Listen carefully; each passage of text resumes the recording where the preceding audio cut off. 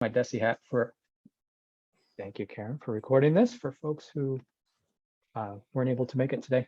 I just want to take off my DESE hat and put on my parent hat. This is a very exciting time of year in our household because school is starting, and my super 9-year-old who started 4th grade this year, she is, even though she went to some really great summer camps this summer, none of it compares to how much joy she has going back to school. So there's a lot of happiness in the Seymour household. And as if any of you are parents, you know that if you have happy kids, you're happy as well. So I just wanted to thank all the educators out there who are having kids and parents feel a lot of joy around the Commonwealth these past few weeks as we started school. No problem. So why don't we go ahead and get started? If folks don't mind muting, it'll make it easier to hear everybody. Okay. We're going to cover a lot with our time today. First, we're going to cover eligibility and requirements. We're going to talk about who's eligible and what are the requirements when you are participating in TAG. We're going to go over funding and fund use. How much money are we talking and what can you invest those funds in? We'll talk about submission, like what specifically needs to be submitted on your end. And actually, most of you have submitted the bulk of the application already. We'll get into that more in a second. We'll go over the grant review process, what happens on our end, how long until you are approved. We'll go over some next steps. I like to know when something's being asked of me, what exactly do I need to do? What should I focus on next? And then at the end, we'll take some time for questions and I'm going to provide some resources. I will send out this PowerPoint, so don't feel like you have to take notes. Plus there's links in there, so we'll need to send it anyway. There'll be time at the end for questions and I'll stick around till everyone's questions are answered. But I know when I am listening on a presentation and someone tells me, save your questions for the end, a lot of times I forget them. So what I would love, if you have questions throughout, please put them in the chat. There are several of my colleagues who are here and they will answer your questions as they come in. And if they think it's something that needs to be elevated to the whole group, we'll stop and we'll address them. But please, if you have questions, even if it's on slide 3, put it in the chat and we'll get them all answered. That's the whole point today, is to make sure that you feel good about all the things that TAG is entailed. So let's get started. What to expect. So some of you may have done this last year. You're going to find that the grant looks similar to last year. And even if you hadn't, that's okay too. You're going to notice, for those of you that have done this in the past, that it is even more streamlined than it's been in the past. Each year we go back to the drawing board, we get feedback from you, and we ask ourselves the questions, what is the least amount that we can ask of you and still be doing our due diligence on our end? And for those of you that maybe have been doing this since the beginning, back in 2018, you might remember this used to be a 5-page application that you had to complete. And this year it's been reduced to a single table. That's just going to be a few rows of you explaining what you're doing this year. So I think you'll be pleased to see that this is the most streamlined version that we've had yet. Okay, I'm sure these are some big questions that you're probably wondering. Who's eligible for TAG funding? Officially, this is the first bullet. This is officially who's available or eligible, for TAG funding. It's going to be any district with 1 or more schools designated as either broad comprehensive or focused targeted support on our state accountability system in 2021. Okay, that's not a misprint. This is last year's data that we're using.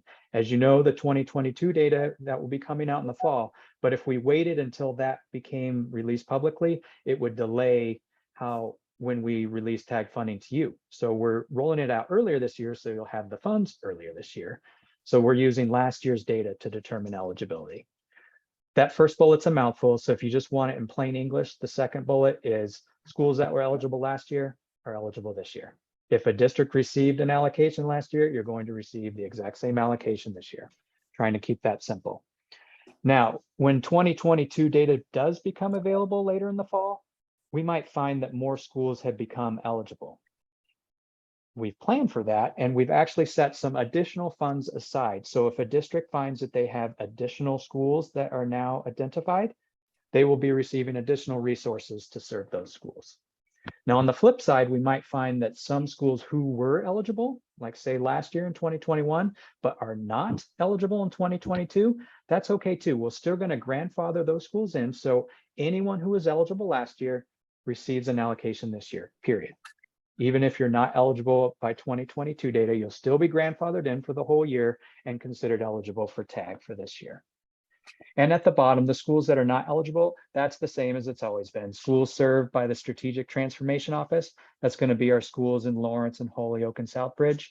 Charter schools, virtual schools, they're not eligible. They have a different grants that are similar to this that they're eligible for. So that's why they're not eligible here for tag. Okay, if a district is going to accept tag funding, here's what's going to be expected.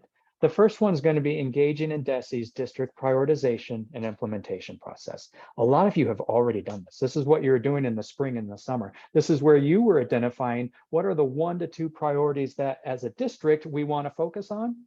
So you're already doing that. The second one is going to be engaging in meaningful collaboration with SSOS regional team. Again, you're probably already doing that already. We have a huge SSOS regional team that are out in schools and districts every day. And they are a tremendous resource for a lot of things, including tag. So they are going to be someone that you can reach out to when you're thinking, how can we use tag funds to really move the needle for our kids this year? That's where you bring in your SSOS regional team. They're great thought partners in that. The third one's going to be submitting an updated district prioritization submissions to us. That's going to be on an as needed basis. So let's say, for example, one of your priorities is going to be, we wanted to get a high quality new curriculum for our elementary schools in literacy. And at some point, you're actually going to have that done. It'll be checked off. You did it. And then you're going to update your district priorities because now you're going to the next priority on the list. So you're going to continue updating it on an as needed basis for your district. And then the last point, this is the fourth bullet here, you're going to take part in a DESE sponsored progress monitoring process. DESE sponsored means we pay for it. And you've done this, anyone who's participated in tag has done this in the past, and that's going to transition us to this slide.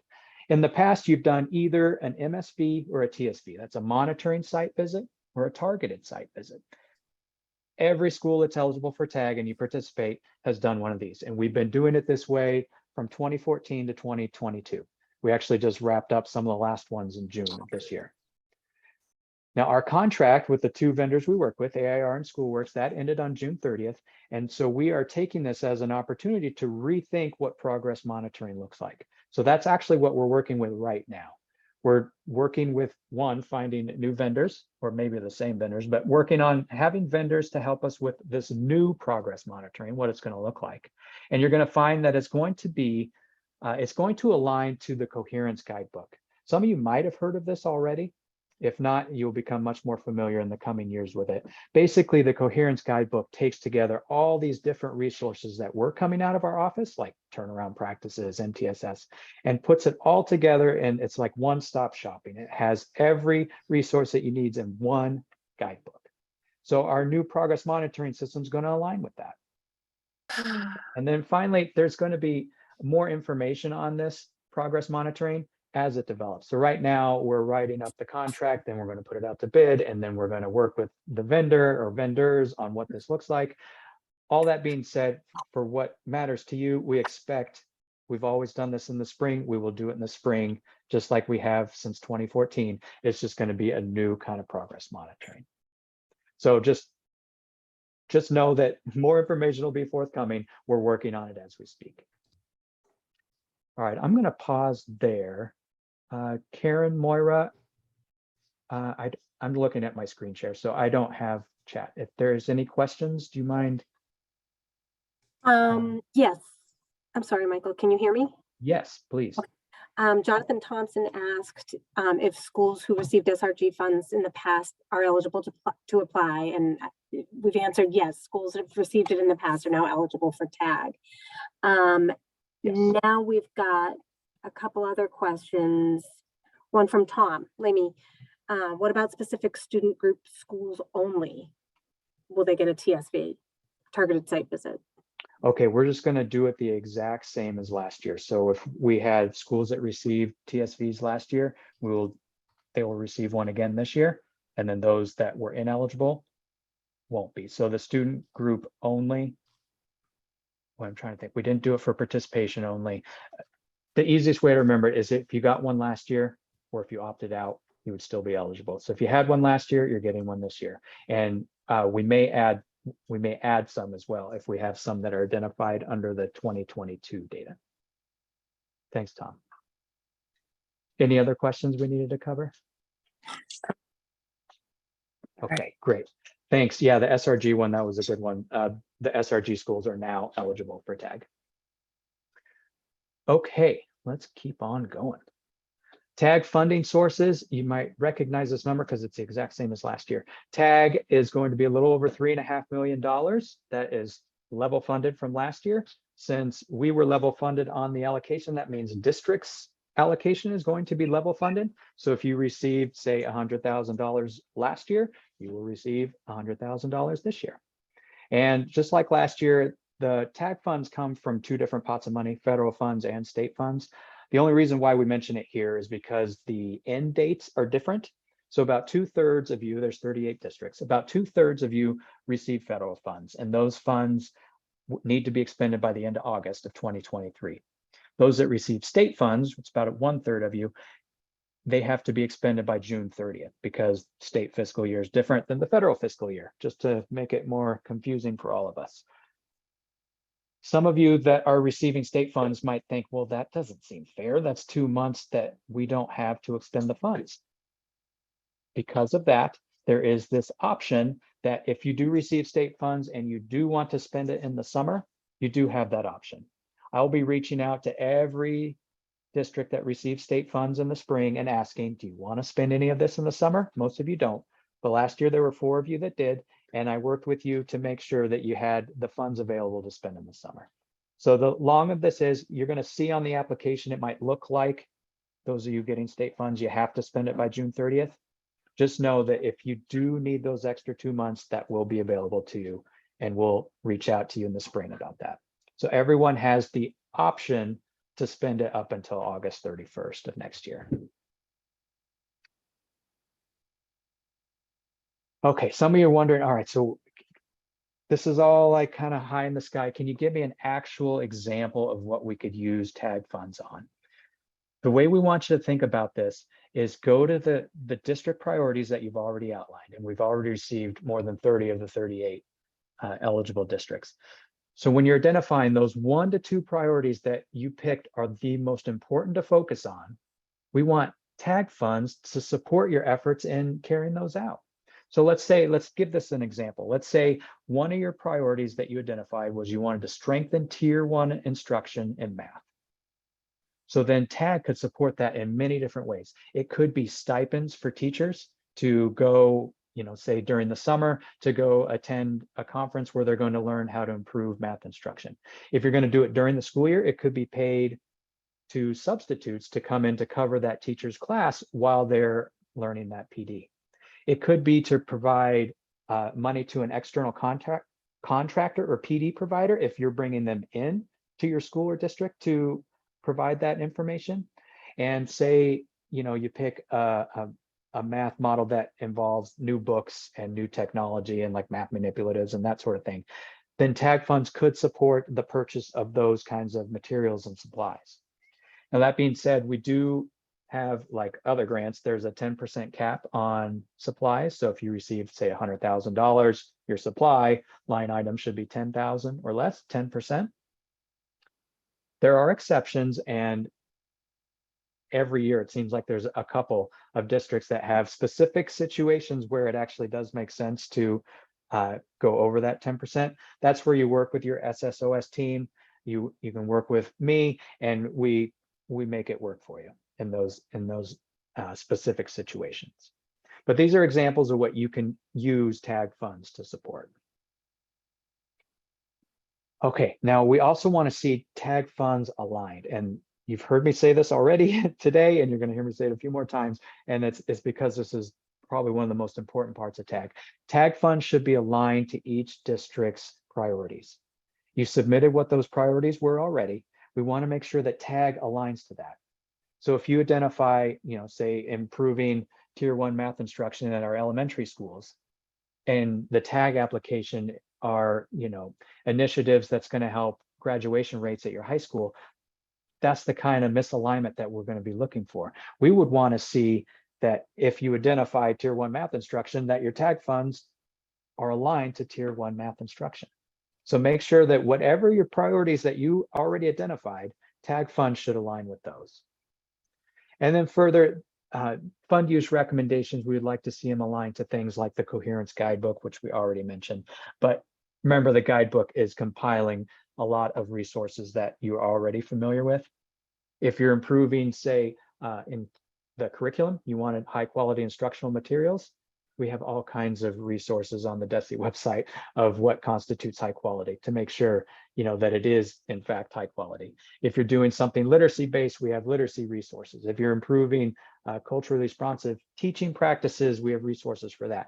So we have all these resources. This is why we're sending this out, so that you can click on these. Some of you are familiar with them already, but you want to align with the various resources that we have that help ensure that what you're selecting is going to be of high quality. And then also just remember at the end, within those priorities, there actually are a lot of flexibilities in expending tag funds. You're the one that are identifying your priorities.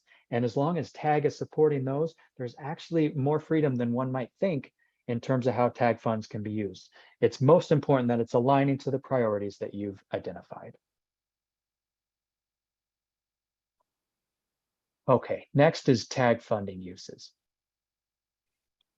The way that we see tag being used, it's a district level grant that would support these initiatives that the district can do that will then support all the tag eligible schools. So you might have a district that has, say, 4 elementary schools that are eligible. Tag could then have some district systems in place that would support all the elementary schools. And so some of the priorities that we see, you'll see these 4 right here, these bullet points. Promoting a sense of belonging.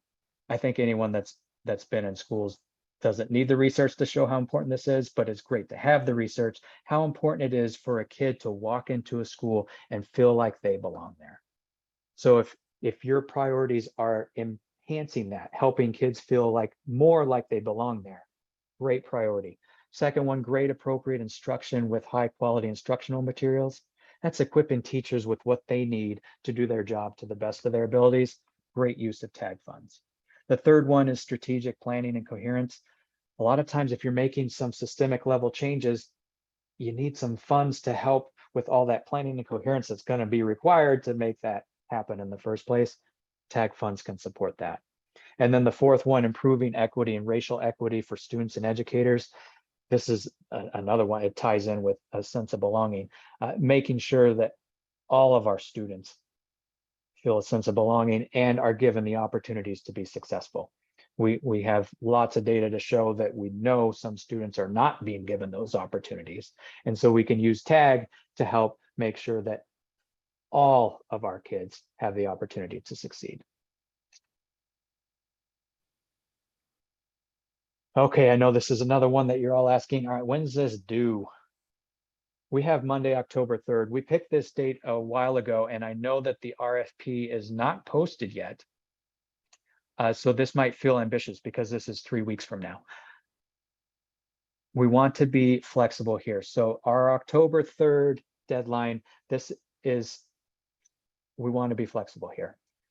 I think a lot of you can make this happen, and you're going to see what exactly gets submitted and a few more slides, and you're going to be like, well, that's it. I can do that in 3 weeks. If that's not going to fit your timeline, just work with us. We will be happy to extend it as needed because we realize that this is a tight turnaround, but we do think most of you can get it done. And then just know the sooner you submit, the sooner you get approved, the sooner you get the money, and the sooner that can start delivering more supports for your students. So there is incentive to do it as quickly as you can. Shoot for October 3rd. If that doesn't work for you, just work with us and we'll come up with a date that makes more sense for you. Just from a practical standpoint, there's 38 of you. Those that submit early, you're going to have a really quick turnaround. You're going to be approved really quickly because if I don't have anyone that submits and then one submits, I can review that right away.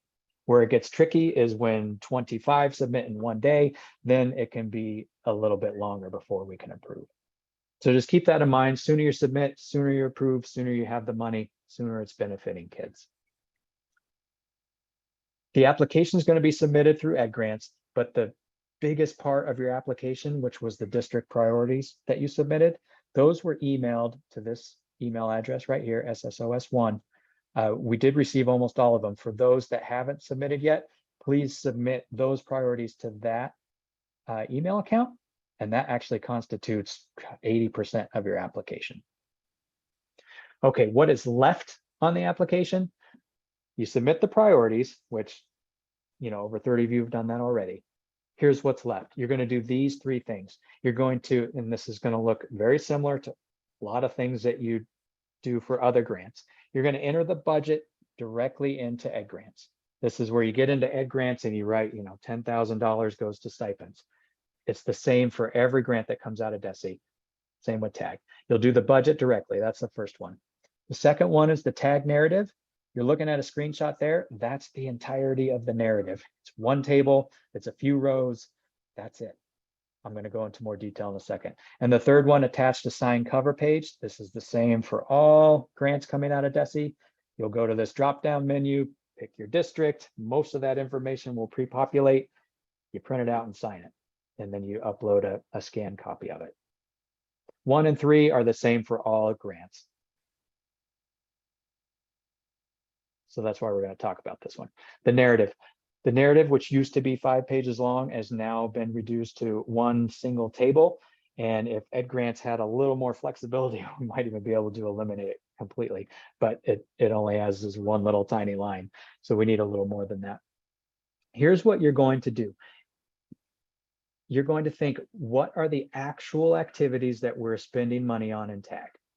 So maybe that's 2 lines, maybe it's 3 lines, maybe it's 4 lines. It's not going to be that many based on the years that we've reviewed these. And you're going to note them here. So like in the first column where it says activity, maybe that is going to be stipends to 20 teachers. That's all you have to write. That's literally all you have to write.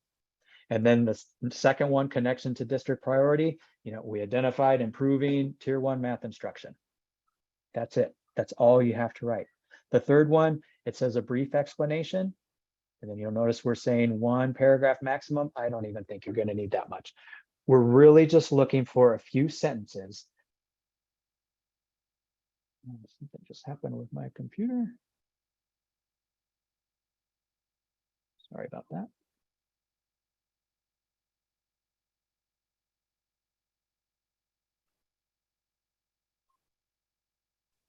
Okay, here in that middle column, that's where you're going to, that's the narrative piece. That's where you're going to write a few sentences on how these stipends are going to be used.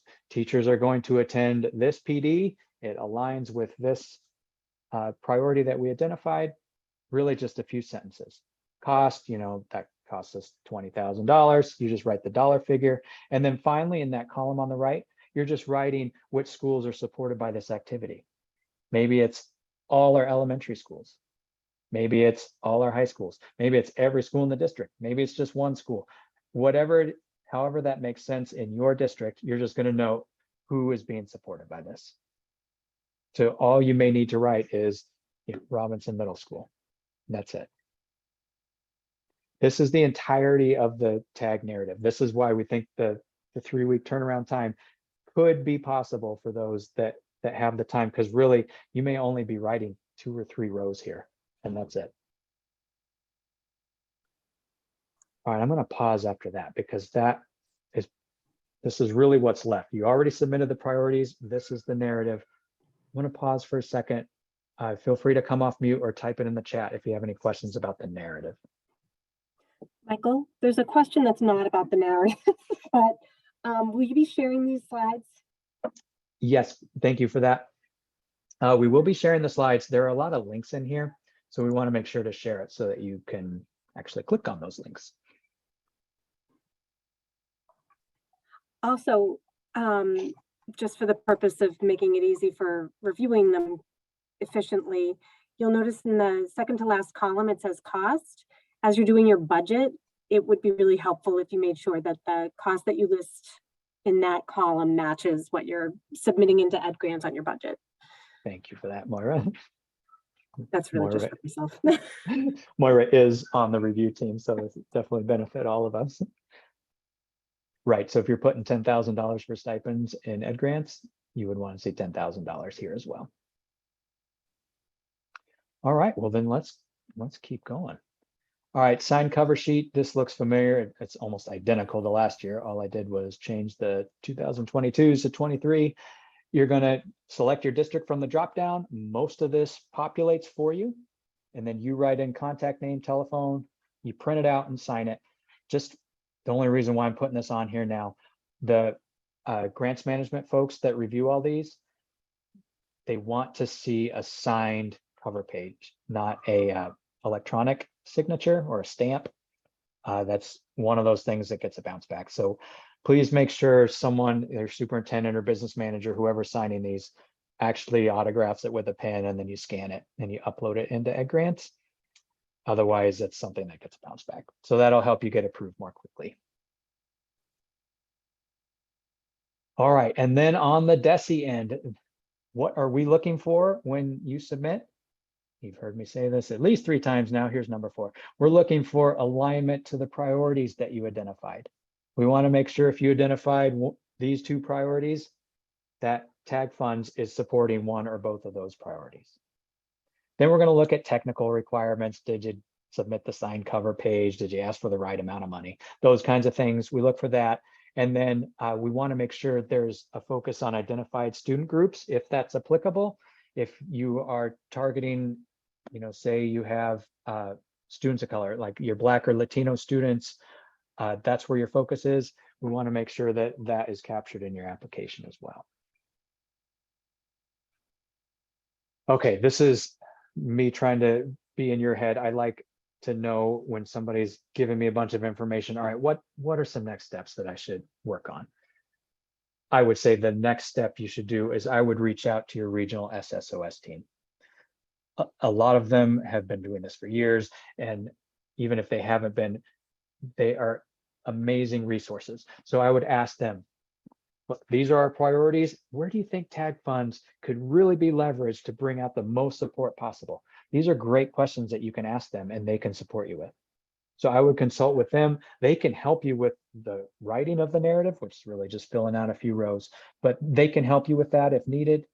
They're the thought partners to help you make sure that you're leveraging these funds in the best way possible. And then this is probably the 5th time you're hearing this. As you develop your application, make sure it aligns to the strategies that you identified as the most important.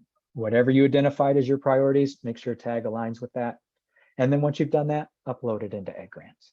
Ideally by October 3rd, let us know if that date doesn't work for you and we'll come up with something that works. All right, you just got inundated with a half an hour of information about TAG. If you're like me, you probably need to percolate on that for a little bit, and then you'll have some questions. If you have substantive questions, things like how can we leverage these funds, those kind of big picture questions, that's a great question for your regional SSOS team. If you have technical questions, particularly about Ed Grants, that's a great question to send to me. I have been working with Ed Grants for so long. I was actually on the DESE team that piloted this almost 10 years ago. I have a complicated relationship with Ed Grants. Sometimes I get very frustrated with it, as I'm sure some of you do too, and sometimes it works beautifully. Reach out to me if you have any of those kinds of technical questions. I feel like I've probably seen almost any sort of challenge in Ed Grants that can exist. The progress monitoring piece, which, as I mentioned earlier, it's a work in progress. We're working on it right now. We do plan on rolling it out for the spring, just like we have every other spring. It's just going to look different than in previous springs.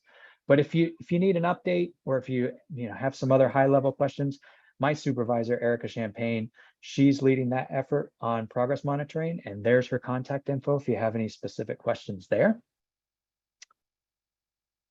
And then this is another reason why I'm sending out a copy of these slides, because there's more links here. The RFP, I was really hoping the RFP would be posted and I could tell you this is where it is. It has been any day now for more than a week. So it really is any day now. It wouldn't have surprised me if I got an email during this webinar that it was posted. I actually thought that might happen. it will be posted soon. I know what the link is going to be, so you can click on this link. It's not going to work, but as soon as that link is live, this link will work. And that's going to lay out all the tag information. Those of you that just participated in this webinar, essentially, we just went through the RFP. So there won't be much new information in there, but it might help you to, it's just laid out in a different format. So that might be helpful. And then a couple of resources on our website. We have a lot of guidance on the district prioritization. So for the remaining districts that haven't submitted yet, this is a great place to go look and to help you get across the finish line there. And then I would imagine most, if not all of you, know who your SSOS regional team is. But if maybe you're new to the position, here's a link that you can click on it, and that's the contact folks for the regional teams. And that's across the state. That's for the coastal folks and the West Central ones as well. Okay, this is so different than how I was as a teacher, where I didn't talk very much in class.